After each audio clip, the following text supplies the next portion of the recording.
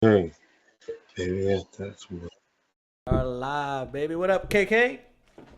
what's going on, man. So, Stay with the podcast. It's your boys, 2K Suave. The gang is back. The whole gang is back today. Got my dog Sammy with the fresh cut. I see you, dog, bro. I see you, dog. I got Vic with the blue and white going on. You know, he's just, hey, hi, how you doing? And then we got A-Rod, of course, Mr. Drunk at the Wedding A-Rod right here. And let's let sleeping dogs lie, bro. Let's let it be. All No, right? let's keep talking Now, about it. tell us more about how drunk A-Rod was at your wedding. Yeah, it was so significant that it plays in my mind constantly. Him falling on the floor in the middle of the dance floor. It was a sight to see. Hey, Rod, you Indeed. gotta take that as a compliment, though. Like at his wedding, I and he know. remembers You you. stood out, bro. You stood out. I know. And I felt because there was money on the floor. If Okay. you ever want to come to a Nigerian wedding, you'll see money on the floor. This is how it works. All right, fair enough. I like it. But anyway, who were missing last week? It was you, Sammy. How was that your little work event? Like, did you kiss enough ass? I or- did, man. I did. Yeah, got a nice little promotion, semi-promotion. So I had to Let's go. get in with the new crew, and it was good to kind of get to know them outside of work. So it kind of helps with that bonding, so that when we do stuff next year, it's gonna be really really good. So Yep.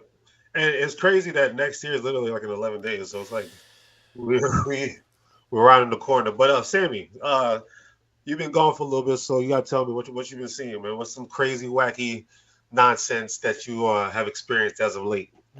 I think the wackiest thing that I saw, again, I'm sticking to soccer, right, is That's cool, man. probably Crystal Palace tying with Manchester City in the 90th, 91st, 95th minute on a PK. Good work. That was absolutely bananas to me. I mean, I want to bitch about the PK, but Phil Foden tried to clear the ball, but Mateta made a tremendous play to stick his foot out to grab the ball, and then Foden just kicked him straight in the leg. So, I mean, that's a PK if I ever saw one. So, but yeah, that was crazy, man. I didn't expect that. And the fact that Manchester City is, I think in the Premier League, they've only won like one game in the last month or something like that, had a bunch of ties and stuff like that. So, I mean, besides Champions League games, but yeah. It makes me feel a little bit better that they're struggling a little bit like us. You know what I'm saying? Like we're all coming down to earth a little bit. KDB's and coming then, back though. De Bruyne's coming back, and everything should be back to normal. we're gonna He's see got how that- he's got that crispy hairline, but doesn't have that crispy shot. That's for sure. All right, A-Rod, since you're speaking, you're next, bro. I mean, I sent it in the chat. Craziest thing I seen just came today that I found out. I was just on X or Twitter, whatever you want to call it. So Still weird. Twitter, baby. It's still Twitter. Yeah, I'm gonna call it Twitter. Fuck that X shit. But G League basketball player Chance Comanche, him and his girlfriend basically murdered another girl and then hid the body in Vegas under a pile of rocks, like right off the highway. So they have text like get a burner phone.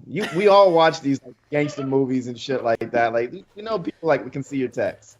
They can go get that shit. Do you know how much Dateline I watch? I watch Dateline every single day of my life, and this has been plucked out of an episode of Dateline. Like you cannot make this shit up. Like Can. they have. I mean, y'all got caught in 8K, bro. Like they can see all the text messages. And then I guess the ex-girlfriend or the girlfriend, I guess like he had relations with this girl too, and then the ex-girlfriend also conspired with another person to kill somebody in California too. So it's wild. And then to make things even better, they both strangled her, but they used an HDMI cord to do it too. So Damn, that's where my HDMI cable went. Look for that bitch. well, there's that. Yeah, that is a very crazy That's pretty story. wild. Absolutely. Yes, you can't even make. This is some shit that you cannot make up. Like when I watch Dateline, I'm like, this can't be real. But yeah, that is very real. But I'll go on to you, Mr. Vic. Well, most of them upset because I had Chance Comanche on my G League fantasy basketball team, so that's a tough loss for the team. But killer shot, they say. yeah, he was having a killer season. Since this is my chance to talk about soccer, I'm gonna dip my toe in soccer, and you know which way I'm gonna go, baby. I'm gonna lean towards the USMNT. Let's talk about my boys in Belgium, PSV, not Belgium, in the Netherlands, PSV. undefeated on the season, except for one loss to Arsenal in the Champions League, have not lost a game. This is a team with 3 Americans on this team, gentlemen. And then going to my other Moroccans, American European team. Nobody cares about Sarabi, buddy. And now going to my other American team, AC Milan, who were pretty much out of all European competition and then scored 2 second-half goals to go over Newcastle and stay in European contention. One of them scored by Captain America himself, Christian Pulisic. So, how's he been doing? He's been there for some time now. So how's he been doing? Having the best season since COVID, brother. He's doing incredible. Pulisic is flying high. Musa's flying high. Serginho Dest. Incredible this season. Anthony Robinson, one of the best fullbacks in the Premier League. I mean, Malik Tillman coming into his own at PSV. Forlan Balogun, although hasn't scored goals, has had impact at Monaco. Today they just won again. They are close to the top of the table at Ligue 1. So lots of things looking up for the USMNT. If you were never a soccer fan before, and you were never interested in soccer, but you love your country, there's plenty of reasons to follow soccer overseas nowadays, gentlemen. What he's saying is if you hate the French, but you love your American players. I will say this: thanks to AC Milan, my free Loftus Cheeks card is promoted now, so it's upgraded to a pretty nice 88, 89. So thank you AC Milan for those dubs. those ex Chelsea boys, man. Those ex Chelsea boys. Is that FC24 game y'all be playing? Yes, sir. Oh, yeah. I still got to get on that. I don't got time anymore. Don't do it. Don't do it. Yeah, don't. It's a headache. No. You already gamble. It's enough. Exactly. I cannot confirm nor deny those statements. It's legal in Florida now. We're allowed to do it. We're allowed to do it in Florida. True. All right. For me, it was two parts, and they're both actually sports related. The first one was kind of similar to one of some of these stories, but Anthony Edwards, he texted like his side piece to abort the baby, and so like we just said, everything gets posted. The cops can read your email. Your emails, your text messages. They can ping you off of cell phone devices, and if you're with a girl that's an OnlyFans or a stripper or whatever she is, she's going to post it in her story. That's what happened, bro. This is the pool you decided to swim in, and now it's gonna take a while for you to dry. So you're gonna have to figure out how he's gonna navigate around that, because obviously it's like he seemed like he was had control over her and everything, and that's the last thing you want, Ant-Man. Like, this is your team is 20-5, like, or whatever they are right now. Like, it's not the time. You don't want to turn it to John Moran. So that's one. Number two, Rashad Mendenhall. He just put it out there. He just put it out there. He said, and I quote, I'm not gonna have it directly, but he said we should have like a white players versus black players Pro Bowl game. And what's his name from Bustin' with the Boys? Will Compton. Yeah, Will Compton. He put together a pretty good roster defensively. Secondary. that front four, on the defense and on the offense will control the line of scrimmage. He said we're gonna get cooked in the secondary. The secondary go get waxed. So, who's stopping Tyreek Hill? Like, come on, dog. Like, he gonna have C-Mac playing both sides of the football? They were talking about that at the barbershop, and then obviously I'm white, and there's a couple black people in the barbershop, and I was like, man, I ain't gonna lie, we gonna get cooked. They all started laughing. The CTE was CTE in that day, that's for sure. Well, I haven't even heard from him in a while. He just come out of nowhere and say some shit like that. I actually follow him on Twitter because he used to be a good Twitter follow. And I saw this immediately, and I thought, oh, God, this is not going to be good. And boy, was I wrong. This was fantastic. This was great. I thought it was going to be incredibly divisive, and it was the opposite. It was funny as shit. See some of the rosters out there. But the white folks, they got the tight end, so love to see that. Pause. I love how the two starting wide receivers we're talking about like mixed players. Like there's gonna be a mixed draft. We gotta draft the mixed players. So we get Mahomes. We gotta get Mahomes. I'm just saying. Are we gonna? Yeah. Well, we'll see. Yeah. Give me Mahomes and Puka Nacua, and I'm good. Yeah. We get Puka, we get Mahomes. Let's be honest. Have you heard Mahomes talk? Come on. So I get Max Crosby. Nah. He wants to say the N-word so bad. Who? Max Crosby. Doesn't he have like Martin Luther King and like Jordan and a whole bunch of like famous like black icons? Who? Max Crosby? Yeah, he's a real one. I like him. I like him too. He really wants to say the N-word really bad. Isn't he white though? Like legit white? Does he have red hair? I don't know actually. No, he's I'm 100% sure. Oh, he's 100% white, dude. I'm looking at a picture of this guy. This guy is white as shit. There's no way. That's like Tiger Woods during the racial draft going to the Chinese. No, that's like the black people. That's like the black people requesting Eminem.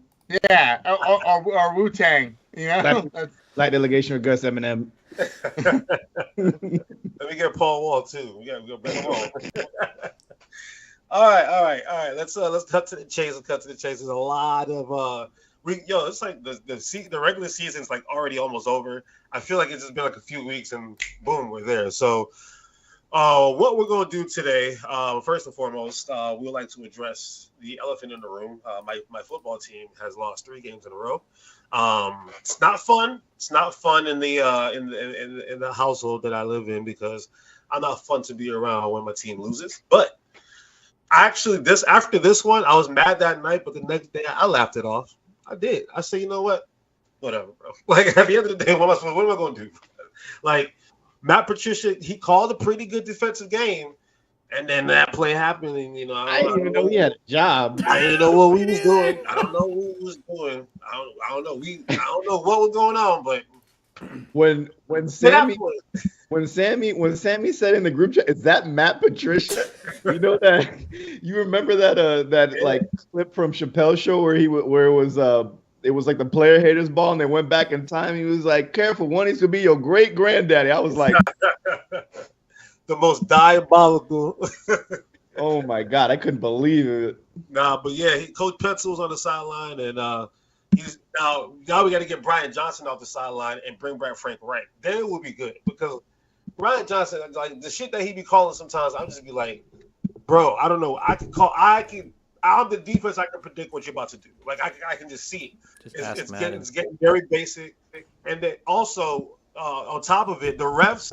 I don't know if y'all been paying attention this weekend. The refs called so many offsides on offensive players and false starts for the most like they are ever since homeboy Kadarius Toney lined up offside and the league went crazy. They've been on top of all that shit. So the false start on Jason Kelce was very sus. Very weird. Very sus. Because, I mean, that honestly was like a momentum killer for us because, like, we were going to get the first down, obviously. I mean, it was a tush push, you know what I mean? And, setting us back a little bit, we were trying to have a Jalen Hurts flu game.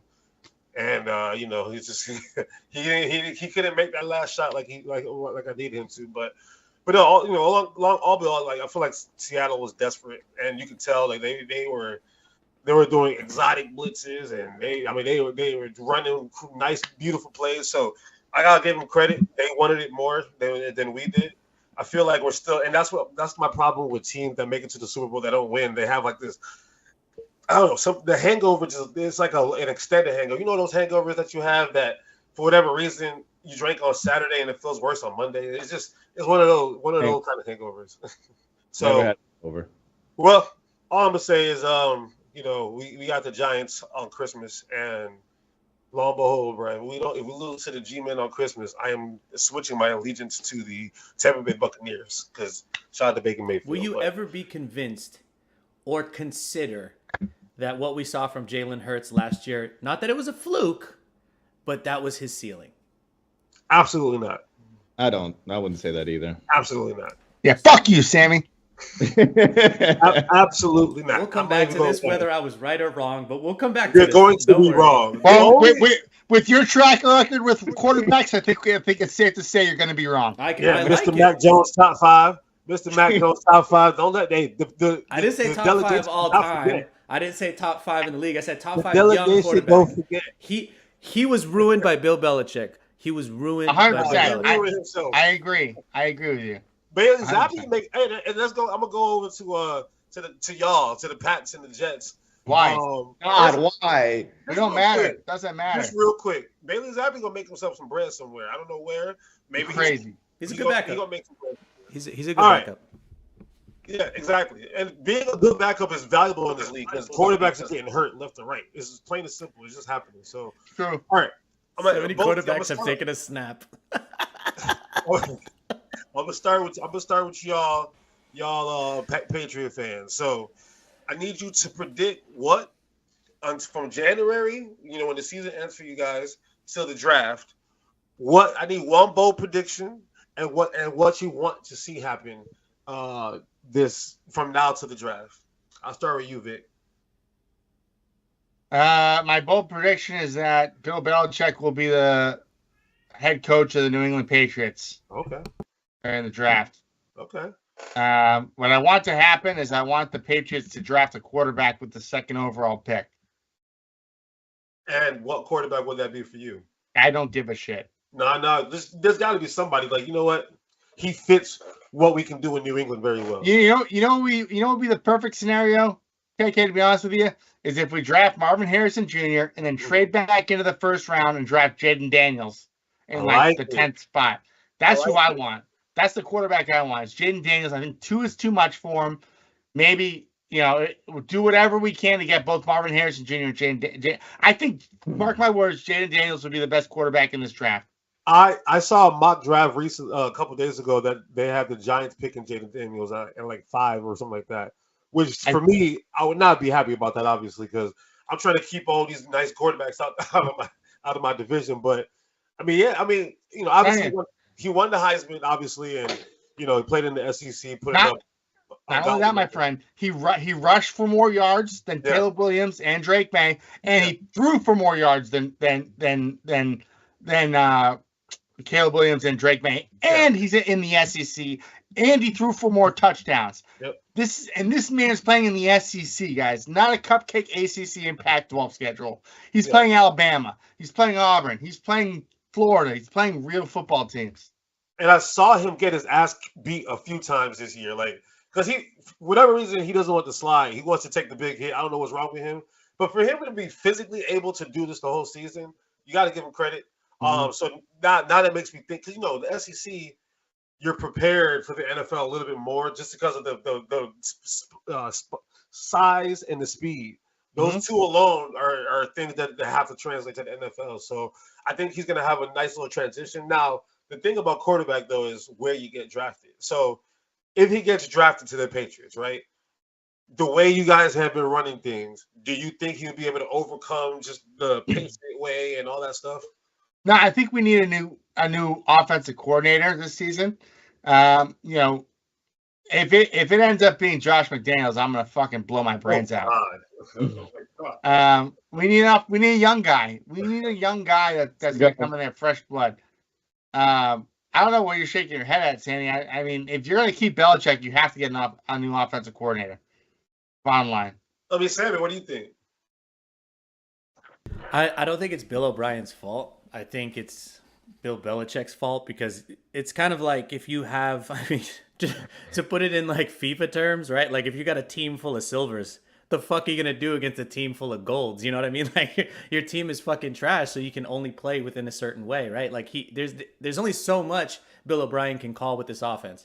So I don't think it's 100% his fault. I also think Bill Belichick's in the background pulling the strings, and I think that's the problem. He's got too much power. And at this point, with his track record on not drafting much offensive talent, I give him all the credit in the world for the way the defense looks and the way the defense has looked during his entire tenure here. But there has to be something to be said about Tom Brady hiding Bill Belichick's deficits on offense. But do you think Robert Kraft even notices that though? Because at the end of the day, at the end of the day, his job, he needs to be able to tell, hey, Bill, you need to how can you tell me that? Like, I want you 6 Super Bowls. If I'm Bill Belichick, that's how I'm saying. I don't care what Tom Brady did. I want you 6 Super Bowls. What are you talking about? You know what I mean? So, do you think that has anything to do with it? Yeah, no, 100%. It's going to be tough. I don't think this is going to be a firing situation. That's why, like, when you sent that tweet or whatever from whoever the fuck saying that Bill Belichick is out, I was like, first of all, it's midseason. The Patriots aren't going to do that. The Patriots also are very locked with all their information, so nobody's going to find out anything. I will say this guy, he was all in. He was all in back in 2019 when he saw the rift between Tom Brady and Bill Belichick. Yeah, but he wrote a whole 150 page like article about it, and he was pretty spot on. So, I mean, this is the one guy that I listen to from the Patriots media because he's always – I listen to the Rich Eisen show. He's always on the Rich Eisen show. And Tom Curran's the worst, dude. Tom Curran sucks. He's everything he be saying for the most part. I'm like, oh. Nah, because what? Because he saw something that everybody else saw? No, yeah. Fuck him. We could yeah, dude. He's the Dan Shaughnessy of Patriots writers. Fuck exactly. That Tom Curran. I was going to say the same exact thing, Vic. Yeah. All right, that's cool. All right, Sammy, let me get your bold prediction and one thing you want to see happen between January and I like what Vic said. I'm going to do something a little bit different, though. I mean, the quarterback that I want, and I'm just going to stick with it, I love Michael Penix, so I hope there's a way that we can figure out a way to get him. Obviously, I don't want to trade that far back to pull him instead of Caleb Williams. If Caleb Williams is available. Trade back to the 3rd round? Yeah. So, but again, I think realistically, we will trade that 2nd or 3rd pick and then probably take Michael Penix because that's what Bill Belichick does. I'm really hoping that Bill Belichick is no longer here and we actually draft properly because this team does need a revamp of talent.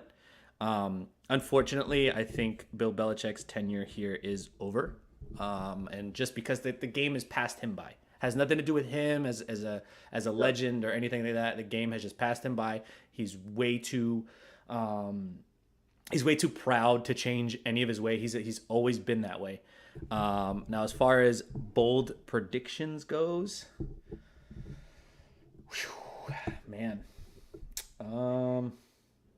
yeah, I got nothing on that front because I'm actually just trying to stay sane during all this. All right, so. You think for sure Bill Belichick's not coming back? Correct. So that's your bold prediction. Look at that. How easy that was. All right. From Boston or wherever you guys are. What is it? What city do you actually play in? Foxborough. Foxborough. That's right. From Foxborough down on to the Meadowlands. To Jersey. Mr. A-Rod. Yeah. Aaron Rodgers was activated today. The floor is yours. He ain't coming back, I heard. But the floor is yours. Yeah, I'm the asshole that said 14 wins beginning of the season, but who'd have thought in the 4th play he'd have snapped his leg? So, yo, I'm gonna be honest. I don't even know if y'all would have won with him playing because the offensive line is getting quarterbacks hurt. Yeah, I don't know. I think there's a lot going on there. I think there's something going on. Like Woody Johnson is just not a good owner. He hasn't been a good owner since he's bought the Jets. And I think he wants to pander to the liking of his team, of the players, like wearing the Woody chain, the chain and all diamonds and shit. And trying. It's pretty dope. Yeah, it's pretty dope. But I just don't think he's really in it, because I know one year he was the liaison for the UK under the Trump administration, and he let his brother run the team, and it was a shithole. It was a shit show, So I just don't think that he's that invested in the team, and I think when he does get something good, he breaks it up way too quick. Or on the flip side, he put shit together, like in a panic move, because they wanted. What was the crazy? I can't even remember the fucker's name. The coach we had with the crazy eyes. My God. Oh, I was just Adam Gase. Adam Gase. Yeah, we wanted Adam Gase during that spree where he got hired by the Bears, and the Bears got him before we did. So when they fired him, he immediately hired him, and we saw how bad that was. but because he had a love affair with this guy that he had to have him as the head coach, and it was bad. So, I'm like Sammy at this point. I'm just trying to stay sane because everything that I say, I also remember said last year, Zach Wilson will be the starting quarterback of the New York Jets. I said that on this show, and sure enough, I think my bold prediction, I have two. I really have two, and make it more enticing for Aaron Rodgers. I can also see something happening because we know Aaron Rodgers is this type of player. We know he's this type of player where he does shit. I could see him bouncing, and if he chooses to bounce, they get rid of everybody. It's a whole clean clean sheet in New York. So I gotta say, to your Devontae Adams point, I think part of the reason why he wanted to leave Green Bay is he wanted to be back on the West Coast. And I think the Bay Area, if Coach Pierce is still the coach next year, he's definitely going to want to stay because you can see that the energy is a little bit better. Even the games that they lose, they go from 0 points one weekend to Thursday night they score 63. and you can just see that they have a good camaraderie there. So that would be tough for him to leave because his family wanted to move back. That was the thing about LeBron probably wanted to stay in Miami and get on these little, and have some fun. But wifey said, we're going back to Cleveland. And what did he do? He packed his shit, went back to Cleveland. So sometimes, maybe, his family. That's just my bold prediction, man. Yeah, you can do Taco Bell commercials in New York, no problem. What if it goes the other way? What if Rodgers goes to? Oh my God! I said the same thing. I said on the flip side. That's what I said. On the flip side, he goes to Vegas. It's marketable in Vegas. He's very marketable there. And I said he's that type of player that could happen. So those are my two scenarios this offseason. It could either we run it back with the same team and try and re-sign a lot of the guys that we need to bring back. I still see Zach Wilson as the day one starter for some reason. I don't know why. I can't get that man out of my head.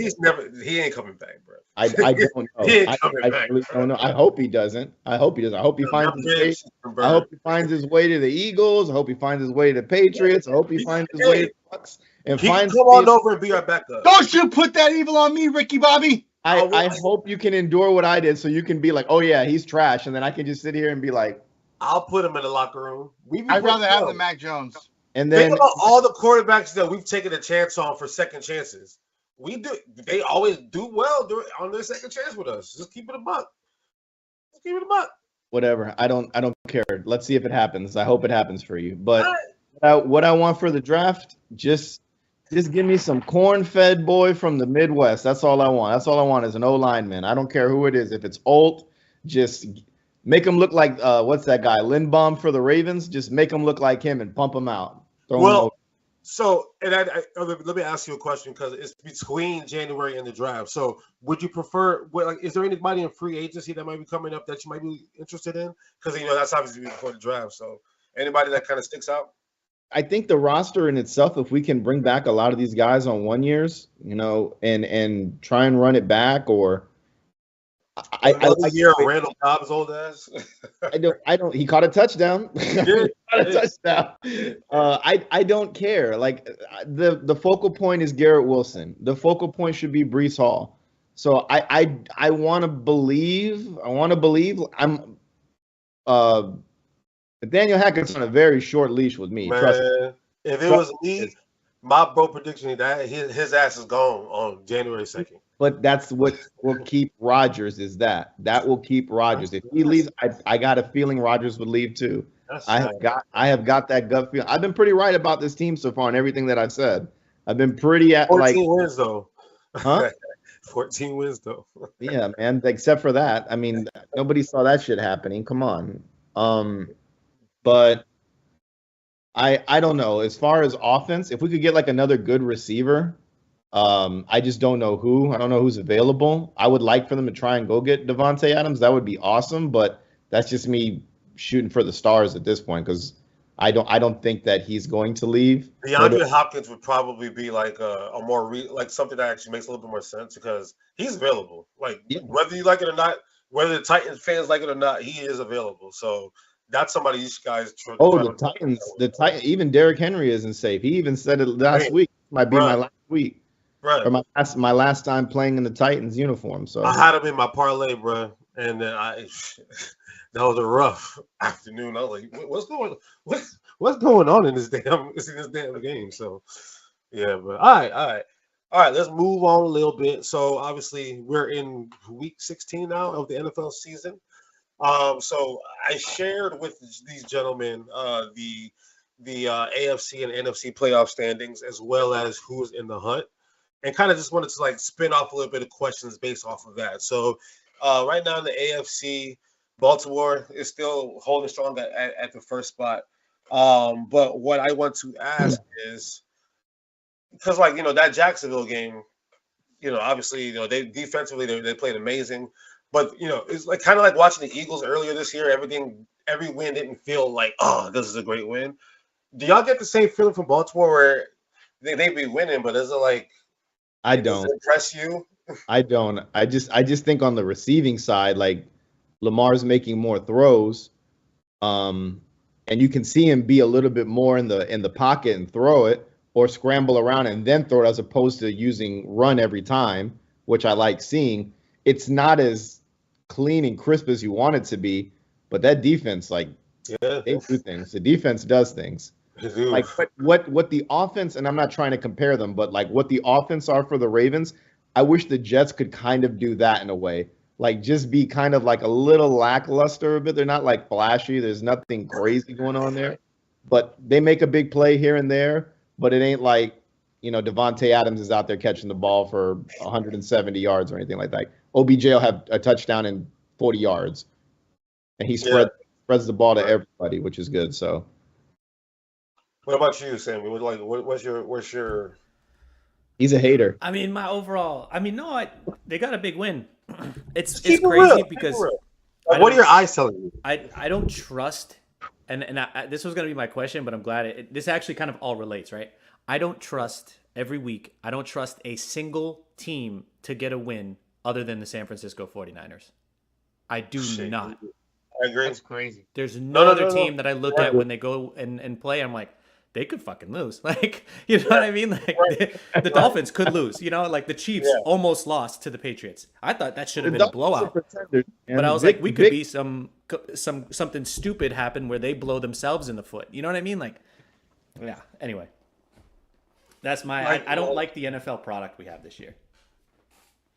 Like the 49ers are like their team on like Madden or whatever. 99 offense, 99 defense, 99 overall. Like, beat us. You know what I mean? Like, they're the all-star team. Because, I mean, going into last year and this year, I've been saying the same thing. Like, oh, that's the best team I've seen. That's the best team on paper for sure. Like, they got – what do you need? We got all of that. But last 3 years, but they got no Super Bowls to show, too. They got no Super Bowls to show. They came into the crib. We had to give them what they got. Broke a couple people arms and stuff.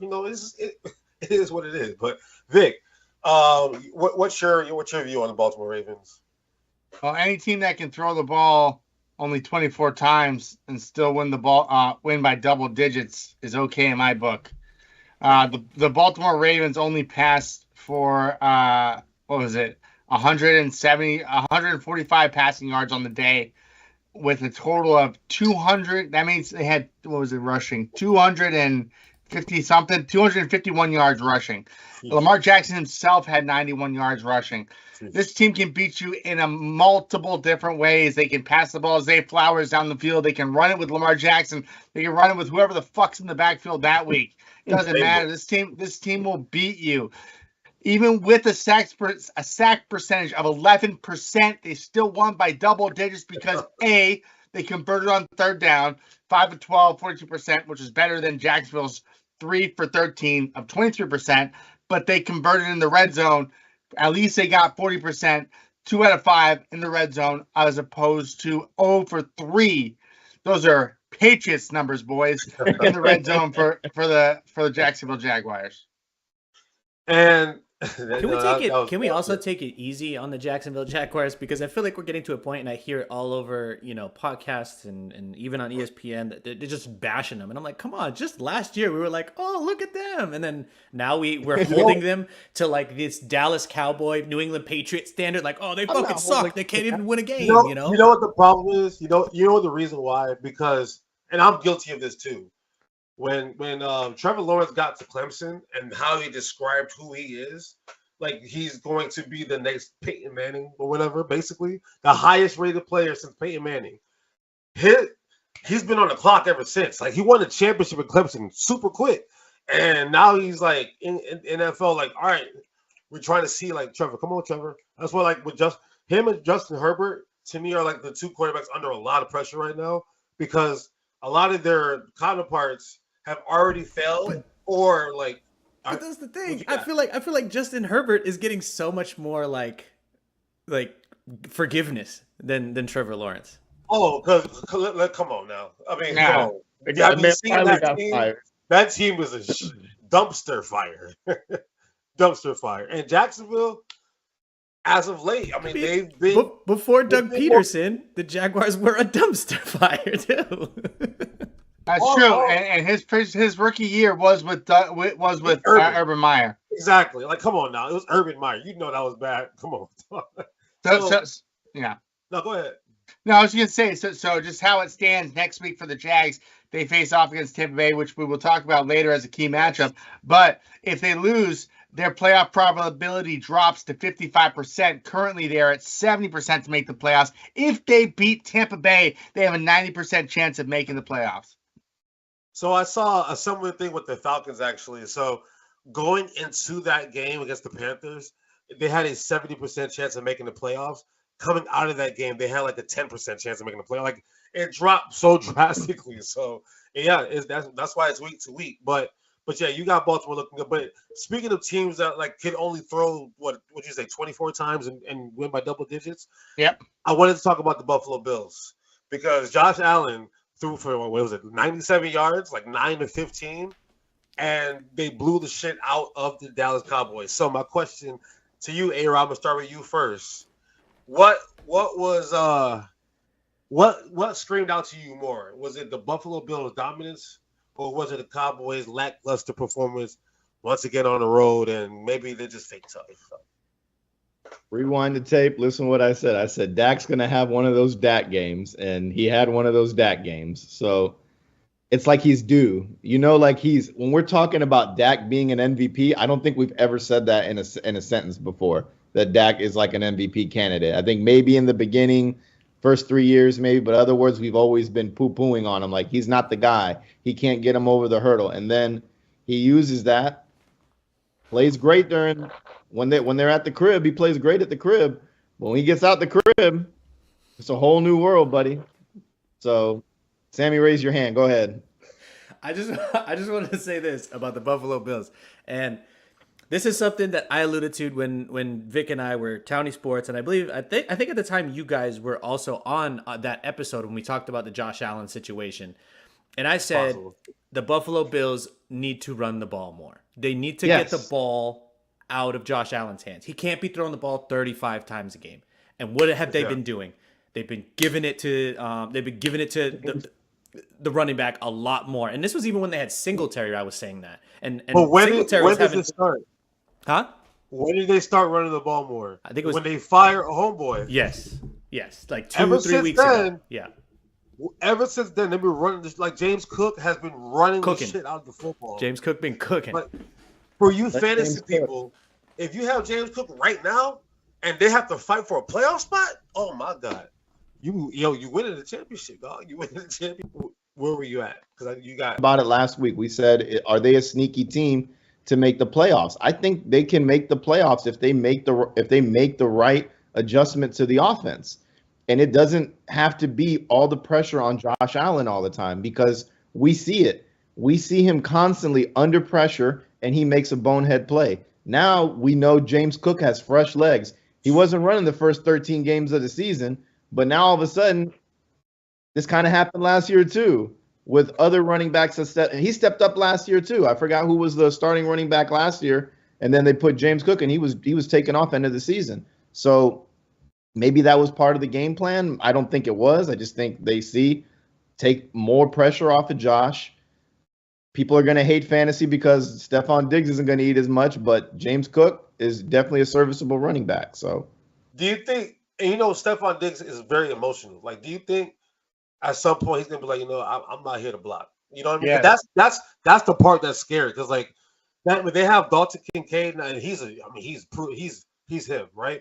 You got Stephon Diggs, Gabe Davis every 4 games is amazing. Like they have, they got some stuff out there. But I know Stephon ain't trying to be this the block. You know what I mean? So that's the loser mentality, though. Like I don't think that doesn't change the fact because I think Stephon like a team guy. I think he is. I think he's more of a team guy. I think he just gets upset because they lose games from a coin toss or some crazy play at the end of the game where he's got to sit there at the end of the season again and just be looking at the field again and take a picture of it again. Right. I think that's what it is. I want to be on, like, I don't want to put him in the category of a diva. He has diva traits. Stephon? Like full, yeah. He is a diva. But I don't think he's the kind that's like, I want to leave because I'm not getting the ball enough. He just wants to win because he sees that this team has the potential to be really, really good, like we all do. So okay. Sammy, I know you were trying to chime in. What you got? Oh no, that was it. I made my case about the Josh Allen and them, finally switching to running the ball a little more, and the team looks a lot better. It looks a lot stronger. I hate the Buffalo Bills. I think Josh Allen's overrated, but this is the secret sauce that they needed. So. And then Vic, I'm gonna ask you, but I want you to take it from the Cowboys perspective because obviously, we know what the Bills are, but the Cowboys once again have one of those games, and it's like it's hard to really make what they are. I feel like personally, if they make the playoffs, when they make the playoffs, depending on like seeding and whatever, if they have to go into San Francisco to win a playoff game, they'll get mollywopped like 45-10, and I just believe that because they don't really have that quarterback in the league. Second of all, I want to say that this game was an anomaly, and it was the reason why they got mollywopped, as you said, KK, is because of poor game planning by the Cowboys staff. If you look at Dak Prescott's yards per attempt, he only had. Sorry, I got a piece of mustache in my mouth. Problems. Yeah, exactly. Even though CeeDee Lamb got 7 receptions from 10 targets, his yards per target were 5.3. That means they were doing short to intermediate passing the whole game, which is not the way you beat the Bills, my guy. You have to go for the jugular. You can beat this team through their secondary. I know that the Bills are one of the best passing defenses in the league, but they have been known to give up the big play. This is a chance. This was bad game planning by the Cowboys, which led to a blowout by the Buffalo Bills. Also, it doesn't help that the Cowboys were playing at Buffalo, which is different from a dome stadium in Texas. Exactly, and that's the problem that I have with Dak. Like, how is he he realistically think that he's going to go on and win the Super Bowl, and you can't play the other places as well as you play when you're at home? When to be fair, Dak Prescott completed 3 times more passes than Josh Allen this game. Yeah, because they were down the whole game. They had to throw the ball. They can't run the ball anymore. Right, which goes back to my point. The fact that he completed 21 passes and only threw for 134 yards is unlike Dak and unlike the Cowboys offense. So my blame is going squarely on the coach's shoulders here. Mike McCarthy, again, I just want to know where he was during January 6th.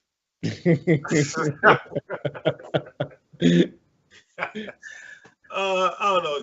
Dak's been doing that shit though. Like before last year, before Kellen Moore came there, like all his games were like 198 passing yards, 202 passing yards. Well, he's just regressing back to who he really is. Beat up on the little teams like the Carolina Panthers and all that.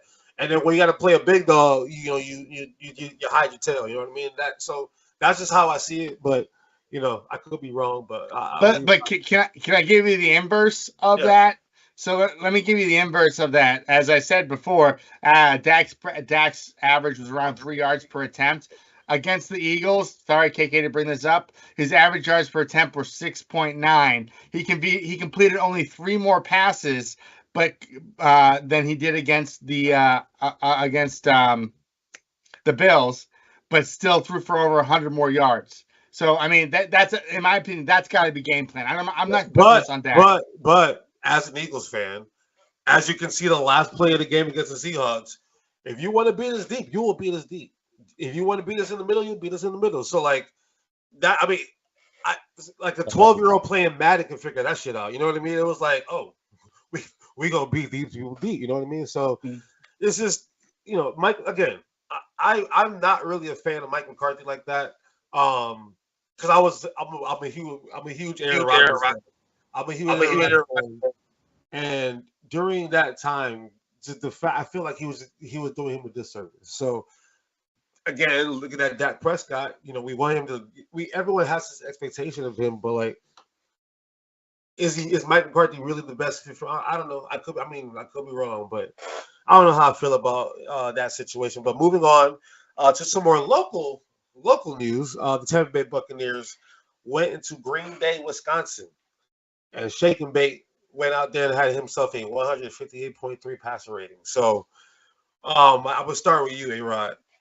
What did we learn more about that game? Because a couple of weeks ago, we were all like talking about how much we messed with Green Bay, and since then they made us look like idiots, right? So, what did we learn from that game? Was it more of like Tampa Bay Buccaneers and their dominance and how they played that game, or just Green Bay?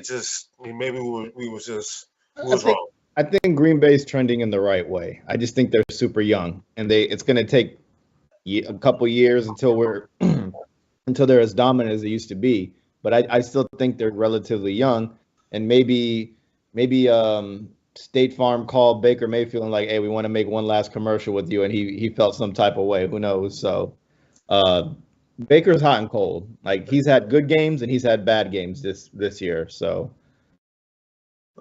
I don't know. It's just the NFL. Like Sammy said, anybody can get beat. We can be the same team as that. But listen, what makes more? Which one would you side with more? How good the Bucs looked and how they could be, or we're just a little bit too early on Green Bay? We're a little bit too early on Green Bay. Okay. We're a little bit too early on Green Bay. I feel like those teams match up like fine in a way. Okay. Like it should have been closer than that, but. Okay. All right. What about you, Sammy?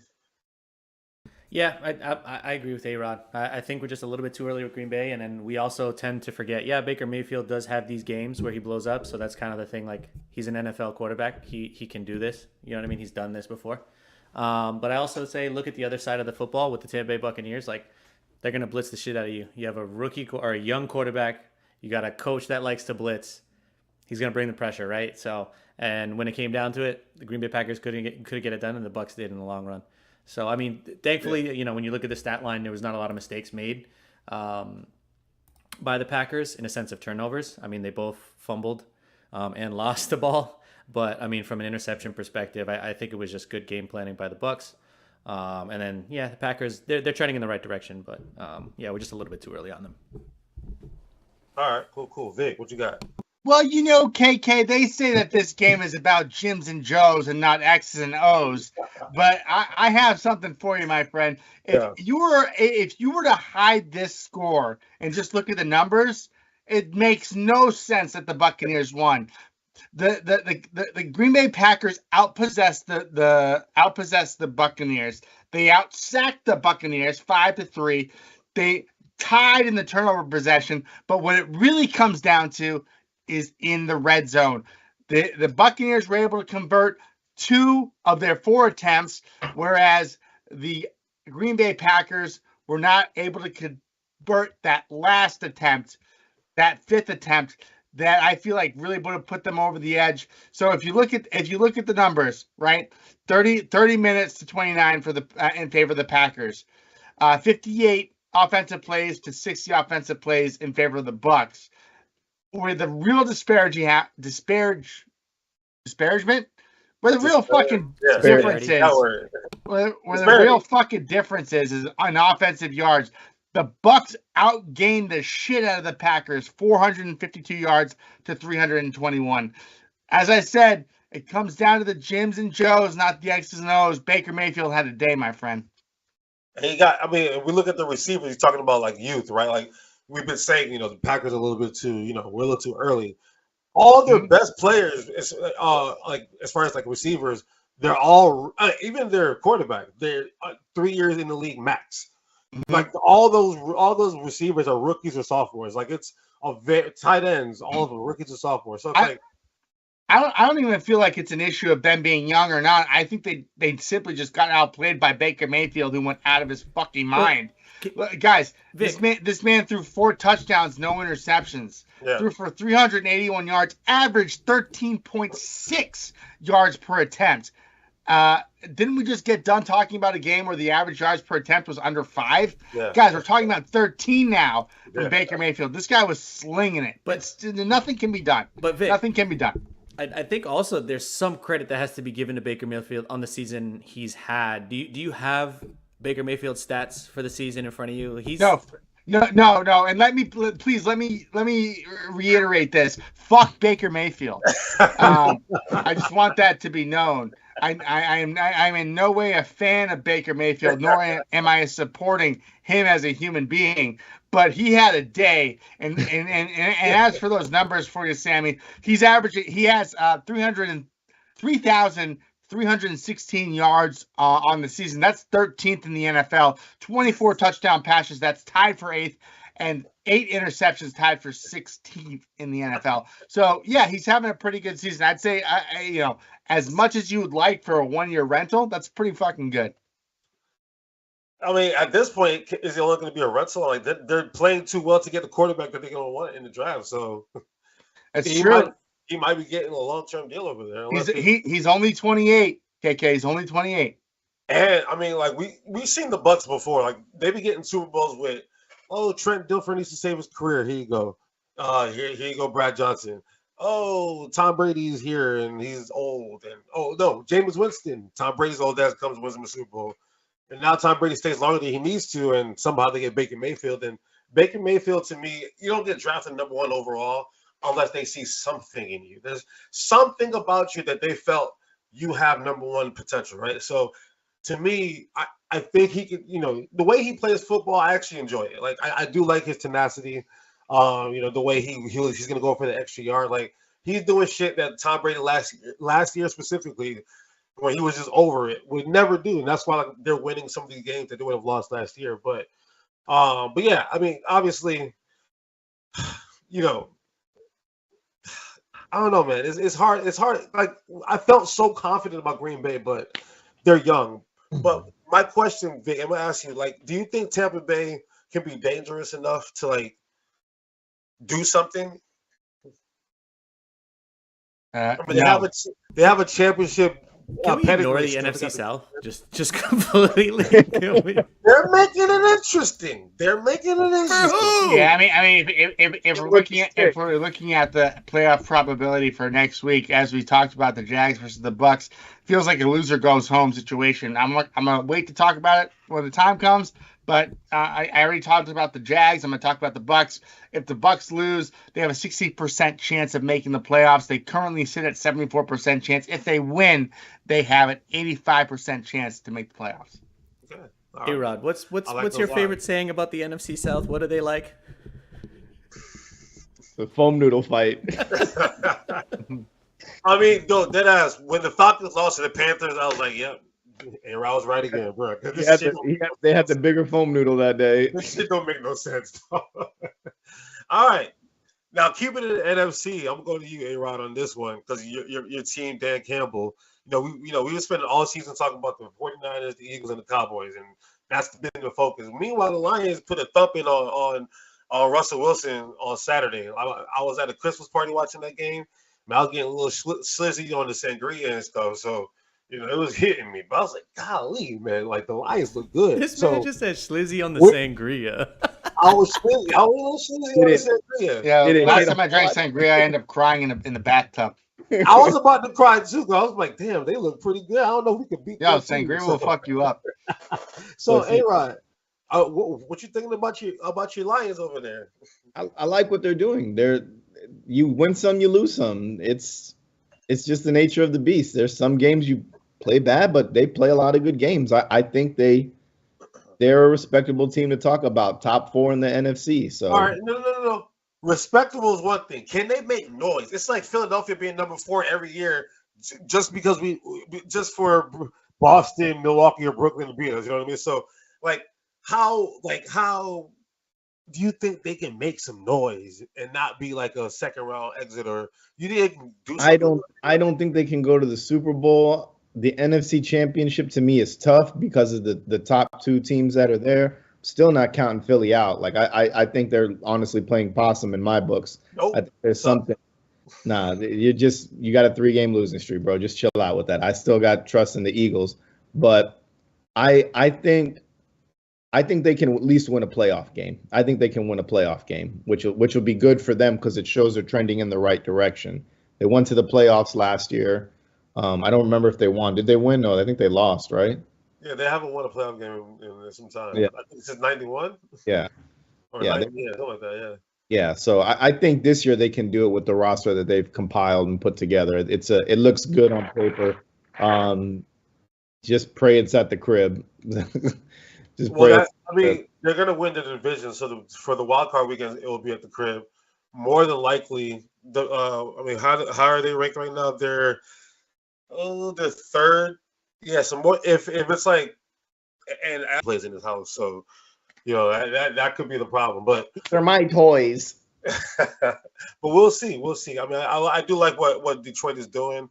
I feel like they really showed me something. But Sammy, because they played the Broncos, so and it's kind of similar to the last question I had because we were cheering up the Broncos a couple weeks ago. We're like, yeah, here we go, and now they're kind of falling flat in the face a little bit. So, were we just a little too happy and geeky about the Broncos, or the Lions are they're like that? No, I think that actually the Broncos lost that game more than the Lions won. I've been really down on the Lions the last few weeks, mostly because I just see that Jared Goff is capable of shitting his pants still, very, very frequently, especially in kind of some of those tougher games. So yeah, I'm a little disappointed. I want to see a little bit more from the Detroit Lions, but I think I'm off that bandwagon now. And I think the Broncos just lost that. I mean, I think they came down to earth. You know what I mean? What do you think they're missing? The Broncos? No, the Lions. What's that giving you that? They don't have what? Experience. Yeah, I just the youth of.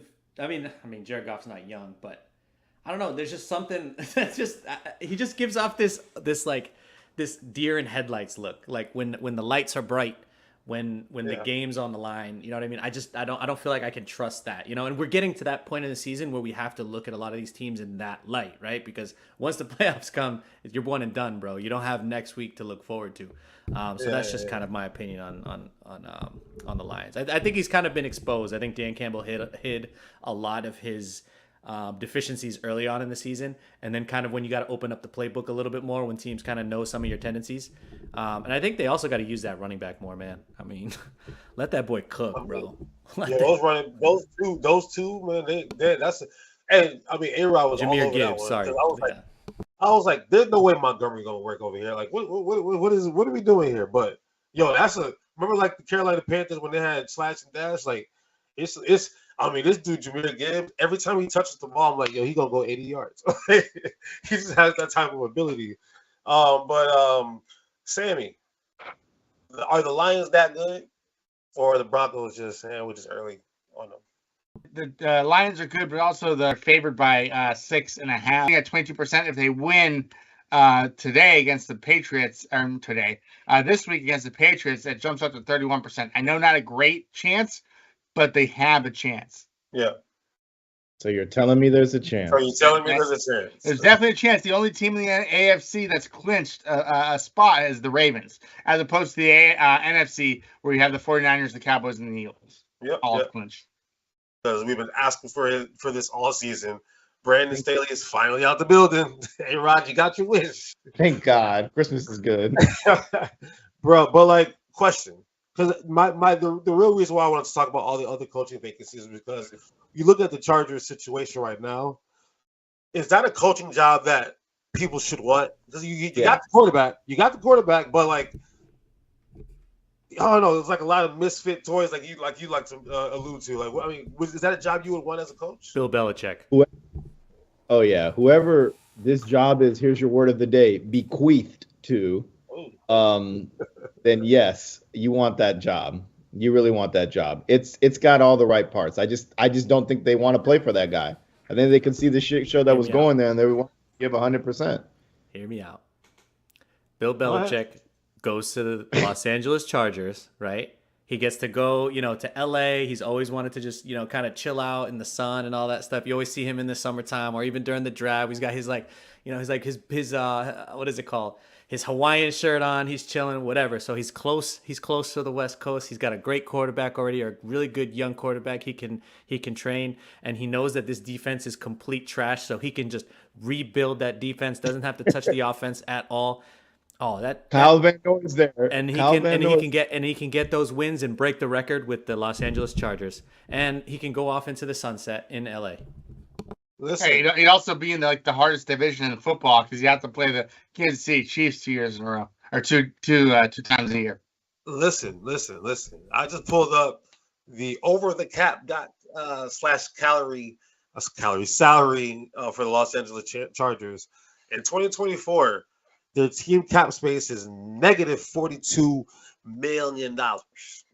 So they're going to have to cut a lot of dead weight and then a lot of talent on top of that. Who better to save you money than Bill Belichick? He gonna get rid of Keenan Allen. He gonna get rid of he should get rid of Quentin Johnson. He's a must. But they're gonna get rid because they can't afford a lot of these players. Like I don't know if this is the job I want to go. I want to take over. I mean, what do you think about it, Vic?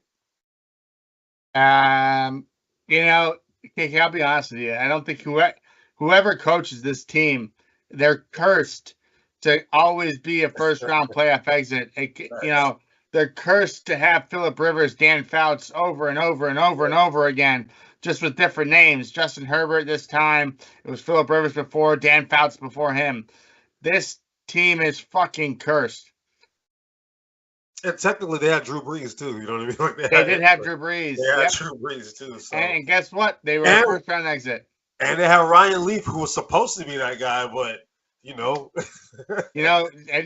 don't feel bad for a franchise that continues as terrible. No, when you think about it, you're right. It's not like they're just completely missing on the quarterback department. Like, they put them in place, like, yo, we should have, like, a dynasty type of situation here, but I don't know. Yeah, I feel like they gave up on Marty Schottenheimer. They should have never given him. That was the guy. That was the curse. It just don't be making sense. But all right, and for me, I wouldn't want the job. So I'm gonna just leave it there. So recap, A-Rod. How did last weekend go? Boys, it was a 5-win day for me, so I am the winner. Wow. Sleep. 5 to me, 4 to KK, 1 to Vic. If you would have kept Detroit instead of switching to Denver, you would have had 2. Sammy got 2. Total on the year, KK's got 5. I got 6 now. Oh, hell no. Big 4, Sammy 3. Hell no to the no. I need you to step it up, man. All right, whatever. Let's go into the games that we got coming up. Do I got it? Yeah, I got it. So, Sammy, take it away. What we got? All right. So, we got the key matchups for Week 16. So, the first game we got on the docket, the New Orleans Saints at the Los Angeles Rams. So, you got the Rams favored by 4. The over-under is 46. So, who wants to go first? Vic, you take the reins from here on out. Oh, jeez, bro. All right. Paid for TV. Hey. No. So, guys, we have the 7-7 Saints versus the 7-7 Los Angeles Rams. The Rams 8-5-1 against the spread, where you have the Saints 4-9-1 against the spread. Saints are the underdog, +4. It looks like Vegas loves. The public loves the Rams. 81% of the cash, 91% of the tickets on the Ravens. Give me the NFL's 7th best defense against the 7th best offense. Ooh. I'm going to take the New Orleans Saints on the road against the Rams. Ooh. And we do have playoff implications as well, gentlemen. If you like. That's why all these games are important. All these games are all for playoff implications. Absolutely. Yeah. Okay. So yeah, that's my line. That's what I like. Hey, Rod. I'm going Rams. So remember that game back in 2018 when New Orleans played the Rams for the chance to go to the Super Bowl and the pass interference happened that cost the Saints from making it to the Super Bowl? Mm-hmm. Give me the Saints. They pissed. This is their chance to go break some shit. You know what I'm saying? Break stuff. Yeah, give me the Saints. Give me the Rams. All right. So the second game we got the Cleveland Browns at the Houston Texans. So we got the Browns are favored by a mere 2.5. The over/under is 40.5. Vic. All right, boys. We'll circle the wagons this time, not for the Bills, but for our Texans at 8-6, 7-7 against the spread. 8-5-1 are the Browns, who come into town 9-5 overall in the season. 75% of the cash, 78% of the tickets are on the Texans, plus 2.5 at home with CJ Stroud back at the helm. Give me the Texans at home. He is not back at the helm just versus yet. The Browns. He's not back at the helm just yet. Nope. He's still listed as questionable. No, I don't have him. I don't have him on the injury report here, KK. According to Pro Football Focus. An hour ago, I just saw CJ Stroud still missing from practice. That was an hour ago by CBSSports.com. Oh, fuck CBS Sports. Are you sure you want to stick with the Texans? Yes. Okay. All right. Plus 2.5, 100%. And if you look at Vegas, right, we got 48% of the cash, 49% of the tickets on the money line towards the Texans. That's interesting, mainly because it's an underdog. Typically, you don't see that line, the money line go like that, go that close. And if I'm looking at the spread here, it looks like it opened. Pause. At. Wow, surprise. It opened at Houston -2 and got all the way to Houston plus 2.5. Wow. They know something.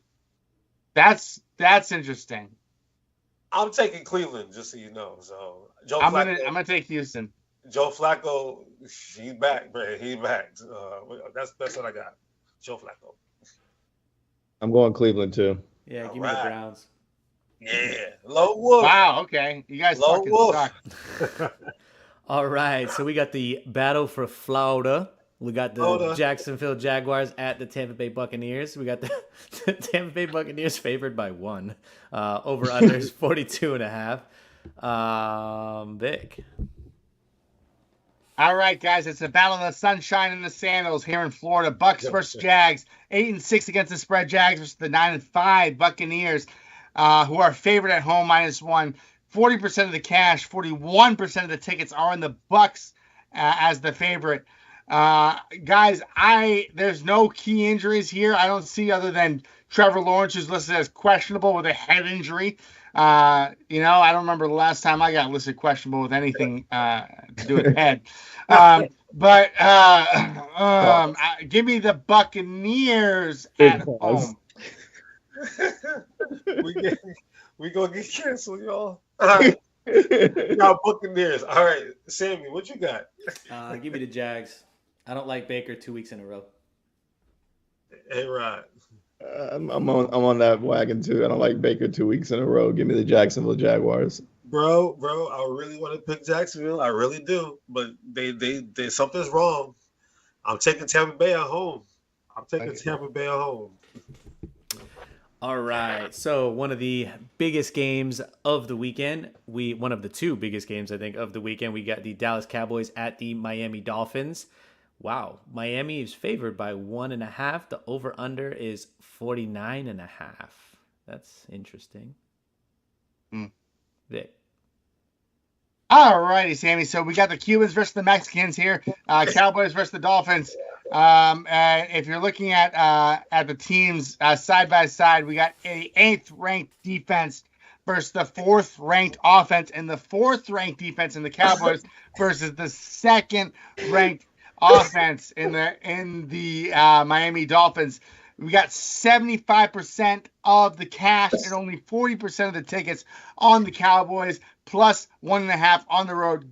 With that being said, give me the 9-5 Dolphins against the spread against the Cowboys at home. Ooh. Yes, that was great. Very well done. Very well. That was terrific. It was sensational. The game is at Miami. Yeah, give me the Dolphins. 305, baby. Give me the Dolphins. Okay, Papi. Oh, I want to pick my people, but I just got a feeling for some reason. I got a gut feeling the Mexicans are going to come. I got a feeling the Alamo's coming, baby. Hey, Rod, if you do it, I do it too. I'm doing Dallas only for the fact that, bro, if you watch this Hard Knock show, it gets you riled up for them, and something happens. I can't do it, bro. I can't do it. It's a great show. It's a great show. I love the Dolphins this year.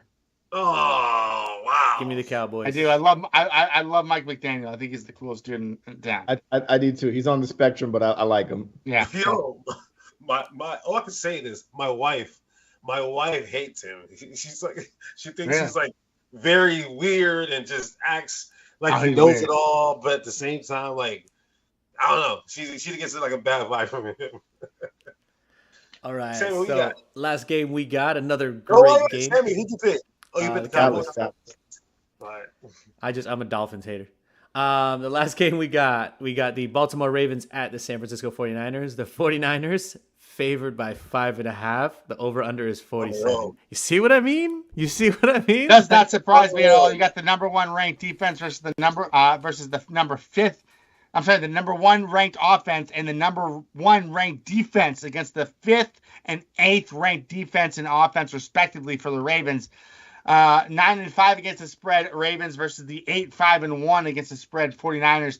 As Sammy said, they are favored by -1.5 at home. The 49ers, blah.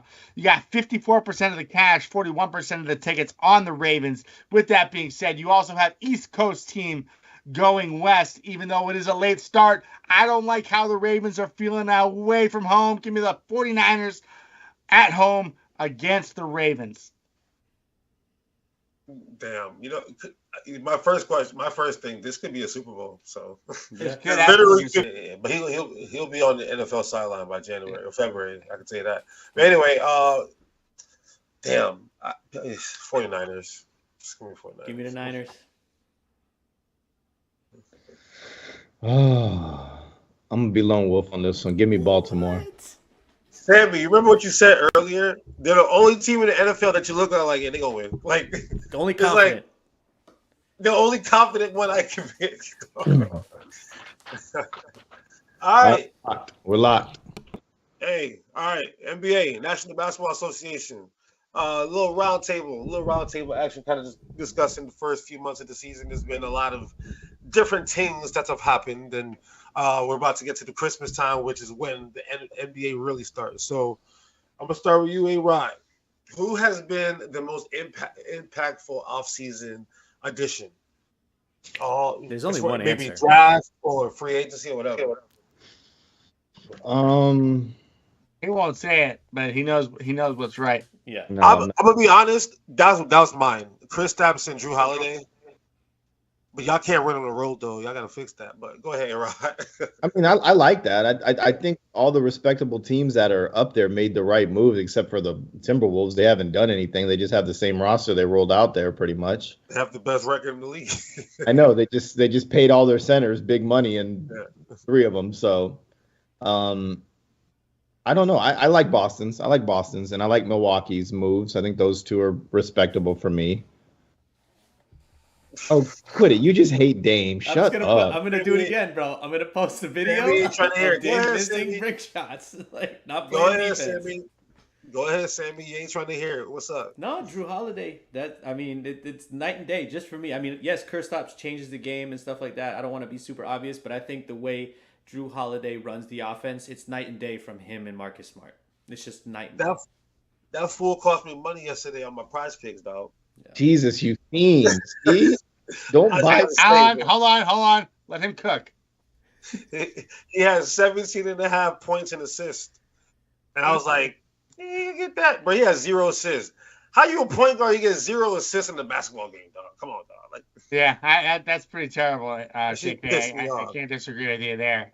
Sammy, I agree with your premise, but I don't agree with your execution. I'd give me Kristaps Porzingis as the number one off-season get. I mean, you just see the difference in the Celtics when they have him on the court. Even though they have been lucky getting Kata and Hauser and Pritchard going, when Kristaps is on the court, it's a different ballgame. It's a different team. Yeah. So on the flip side, Vic, I'm gonna stick with you. What is not going well in Phoenix? Because this is. I mean, obviously there's been a lot of injury and stuff like that. But wait, hold on. Before you ask that question, I saw this today and I was like, huh. Are the Clippers on an 8-game win streak? Oh my God! Here he goes. Yeah, but the Clippers are ass. I just want to ask. Here he goes. But continue. Here he goes. Continue, KK.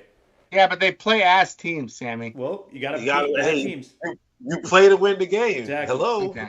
You got to beat ass. Win the game. But yeah, well, I mean, what's all right? No, on top, because James Harden is technically in addition, right? So he's over in the Clippers now. So what's now for you, Sammy? What's not working well in LA that's not translating to what's going on in Phoenix? Oh, I'll be 100% honest. I have no idea.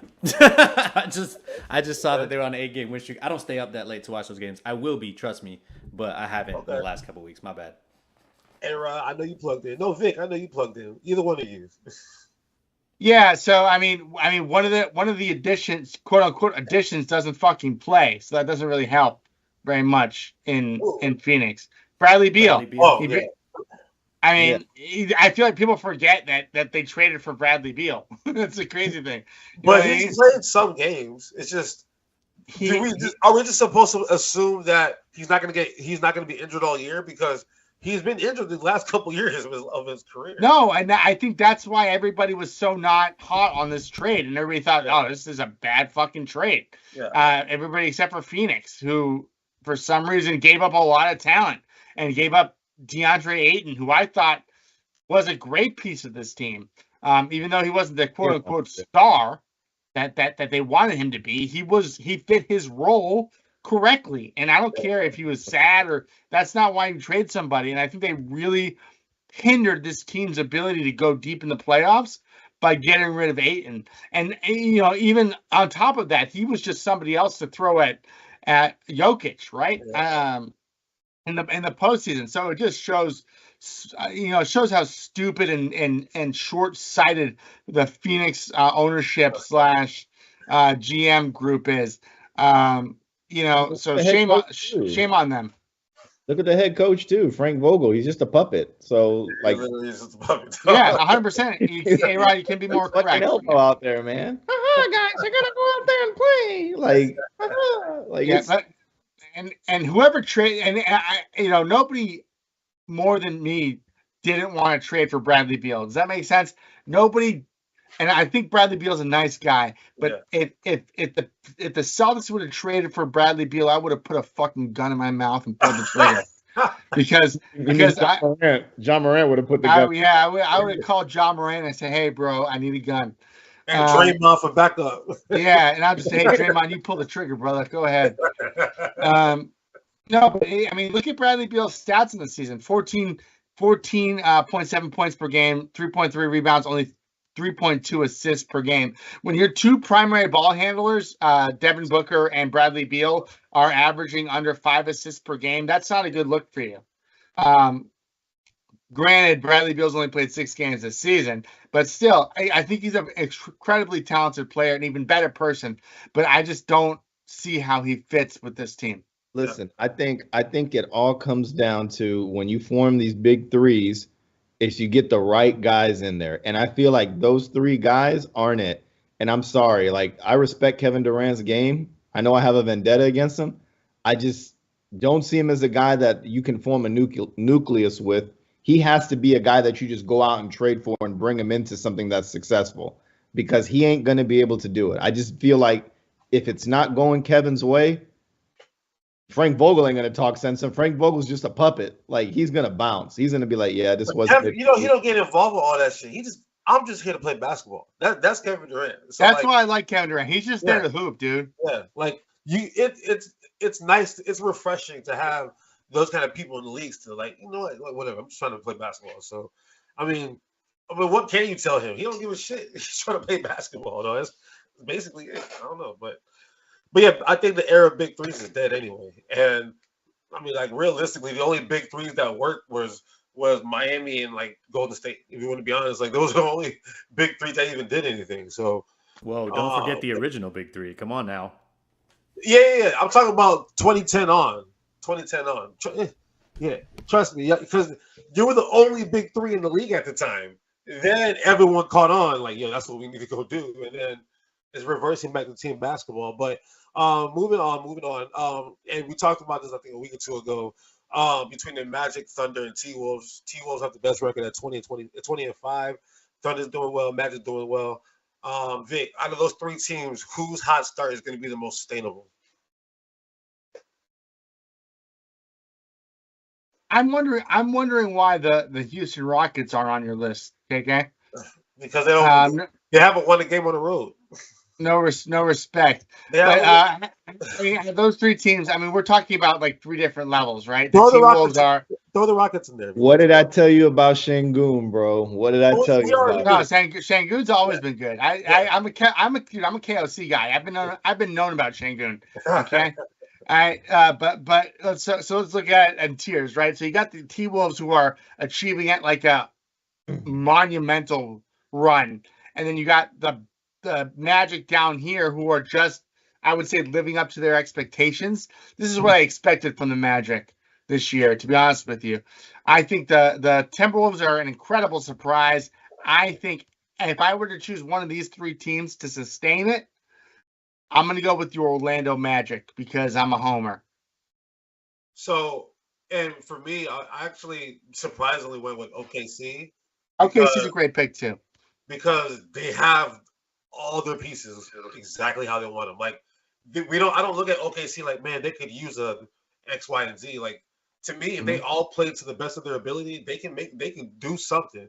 And then as they get older and grow, to me, like, they're going to be consistently good for a while. Whereas I look at Minnesota and like they're gonna try to overachieve early on and then be a first round exit somehow. Like we see those teams historically that just put so much effort into the regular season. Like Dallas back like when they lost to the We Believe Warriors. Like they put a lot of stock into that regular season so that Nowitzki can get his MVP, which he achieved. And then they got knocked out in the first round. Well, and then to back up your point, KK, let's not forget about Chet Holmgren, who is in contention for Rookie of the Year. I don't care what anybody says. He's averaging only 2 less points than Victor Wembanyama, and he's also taking 5 less shots per game to average that amount. 52% from the field, 37% from 3. Chet Holmgren's the real deal, guys. And I listened to Gilbert Arenas' podcast, and he was talking about Chet Holmgren and Wembanyama shouldn't even be compared to each other because Chet Holmgren is already 21 years old, so he needs to be compared with the other 21-year-olds in the league, whereas Victor is literally 19, and that's going to actually be my next question. We can just do that right now. Has Wembanyama lived up to the hype? Like, you think this is for real? I'm gonna start with you, Sam, because you were really feeling it in the summer, right before, but. I don't know. They've been losing games. Obviously, it's not easy to win. But his individual performance. I mean, what do you think? I think I kind of alluded to it in the beginning. I said we need to temper. We need to calm down on the Victor stuff. And I think so. I like what you said about the Gilbert Arenas podcast and how they brought up the context of Victor's age and stuff like that. And I guess I forget that, right? Like when I'm trying to judge that player and I'm like, oh, he's not as good as I thought he would be. Because that's kind of what I was going to allude to with Victor Wembanyama. I'm like, he's good. He's great. Don't get me wrong. He's going to be. probably tremendous. But all of this like super crazy hype in the beginning of the year, I was like, this is a little too much for a team that might not win 30 games. You know what I mean? Like, or probably not going to win 30 games. But again, 19 years old, I don't want to be such a harsh critic on a 19-year-old kid. You know what I mean? Who has just all the talent in the world. Now, the worst case scenario would be he does something like Zion Williamson and gets out of shape and just hangs out with the wrong crowd and then ends up sucking really, really bad. But I don't think so. You can hear it. You can see how he holds himself. He's a lot more professional. He wants to be great. So I think we do have a lot of great things to see from him in the future. But at this point, I'm kind of like, it is kind of what I expected. He takes a little too many shots for me. Too many threes. I mean, he's 26%, 28% from three. So he's not as great a shooter as everybody kind of claimed he was. But I mean, you just can't argue. What do they say about the hype man? You can't teach that. So yeah. I mean, look, he's leading his team in scoring as a rookie, 19 points a game. Although it's not like 20 or anything, but he is leading his team in scoring. Right, but 19 points, 11 rebounds, 3 blocks, and 1.3 steals. What's his pretty percentage? I don't care about the percentage. He's a rookie. That's phenomenal. He's big. Like that is big. So is Chris. That's what I'm saying. How many rebounds has he ever averaged over 8 rebounds a game? No. A season? No. So Victor Wembanyama, my issue with him is his free throw percentage. 78% from the stripe. That has to be better. I don't care if he's a rookie or not. 78? Yeah, it's not good. He's a big man. He's a big man that was supposed to be able to shoot. He's a big exactly. man. Exactly. I'm sorry. You build him as this great big man that could shoot, that could stretch the floor like a Kristaps, and he's not that right now. And I get what you're saying, KK. He's a rookie, but he's not an older rookie. He's 19 years old. I don't care how old he is. There's plenty of rookies that could come in as 19 and made an impact. I don't care. It makes no sense that we're comparing him to compare him to only. It's a rookie. A rookie's a rookie. I don't care how old he is. Okay. All right, you got some high standards, my brother. 100%. 100%. If you came into this league, he was a professional in France, KK. It wasn't an amateur. He was playing for money over there. That's true. A-Rod, what you got? I like what I'm seeing. I do agree with Sammy that I think the league was romanticizing how great this guy is, and we alluded in an episode a long time ago that let's not forget about the LeBron James coming into the league type thing. It was incredible, though. Yeah. LeBron took his team to the playoffs, didn't he? The first year he came out? Not his first 2 years. Yeah. That team was bad. Remember, what was his name? Ricky Williams? Ricky Davis. Ricky Davis. He wanted to go get a triple double. He threw it off his own backboard at the end of a game to get the rebound. That's how bad they were. Former Celtic, I think, Ricky Davis. Oh, yeah, I remember that. That's how bad they were. So continue. Yeah. I mean, I like what I'm seeing. I think just the Spurs roster construction outside of the starting 5 or 4 of the 5 are could be good. But I just think the Spurs as a whole team, like they just need pieces for Victor to be better, in my opinion. If that makes any sense. And then also, what I always say about foreign players, man, they're just built different. They're hungrier. They're more disciplined than American players are. So I don't see him slipping up. I don't see him following like that road of Zion Williamson and doing dumb shit. So I like the guy a lot. I think he's gonna be good. I think the sky's the limit for him. And then moving on, because speaking of Zion Williamson, because I have him as somebody I'm like the most disappointed about. But like who like what teams or what players or whatever have y'all been like the most disappointed about this season? The gunless Grizzlies, that's for sure. I mean, yeah, it's been bad. What about you, Vic? I don't think I'd be a townie if I said anything other than the Celtics, but no, I'm just kidding. The Celtics haven't disappointed at all. Man, you know what, KK, I don't think I really have a disappointment at all. I mean, everybody I think has been where I expected them. Although I agree with A-Rod. The Grizzlies have been disappointing. I thought they would show a little bit more fight, but with Ja coming back, who knows? He's back. For me, I'm gonna just say mine real quick. Ben Simmons, Zion Williamson, Monty Williams, and the Detroit Pistons, and then who was my other one? Oh my God. Go ahead. I'll remember. Oh, and Scoot Henderson, because I thought he was gonna be, he's gonna be the next this and that. I don't like. I have like a what is it, APB or whatever. Like where the hell is Scoot? So that's mine. Sammy. I was gonna say the Scoot one and the Memphis one, but other than that, disappointment. I mean, the Celtics not winning the play-in or the midseason tournament and losing to the Pacers. That one kind of hurt. I'm glad we did lose to our boy. I will say our podcast boy, because we all are big fans.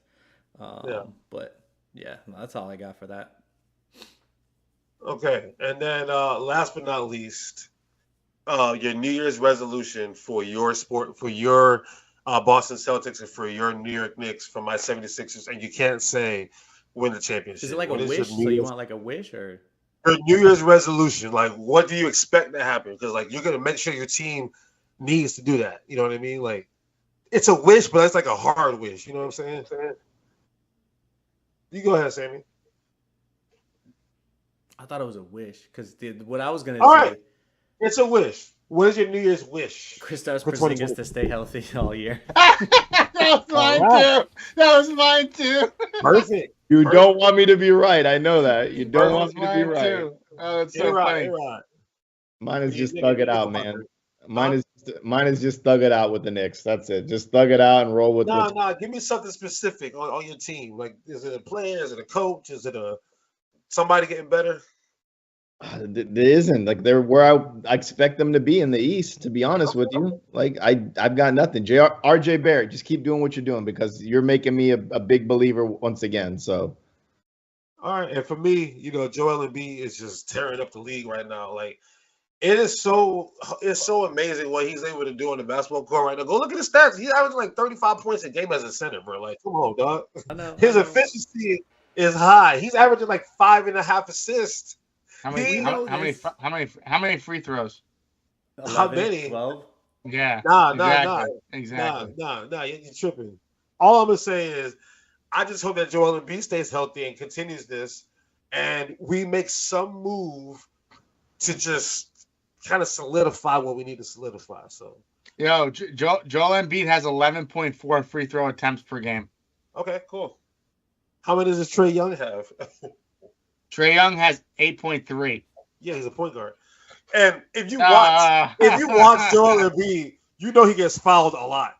Like Shaq used to get fouled a lot. Get the fuck out of here. You can't. The only other person that gets fouled as much as Joel Embiid is Giannis with 11.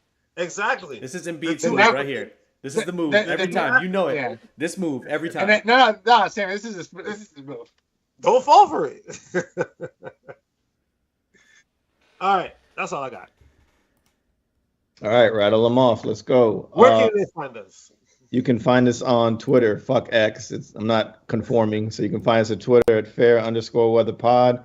You can find us on YouTube, Facebook, Instagram. Search the Fair Weather Podcast, and where you subscribe or listen to podcast audio, you can catch us there. KK, words of wisdom. It's our last show of the holiday season of the year, as we enter the holiday season. So everybody enjoy the time that you have with the people that you like around you, and yeah, that's it. You know what I'm saying? Happy New Year. We're gonna come back better than ever. Me and the boys, we're gonna discuss some things, because we wanna make this show, what you guys want, like I said. So shout out to y'all. Shout out to y'all families. Peace. I do want to say real quick, thank you guys for allowing us to share this like social media platform and all this stuff with you guys. It's been awesome. It's been a great year. I'm actually really looking forward to next year. So we need guests. I appreciate you guys. That's next. That's what we need. All right.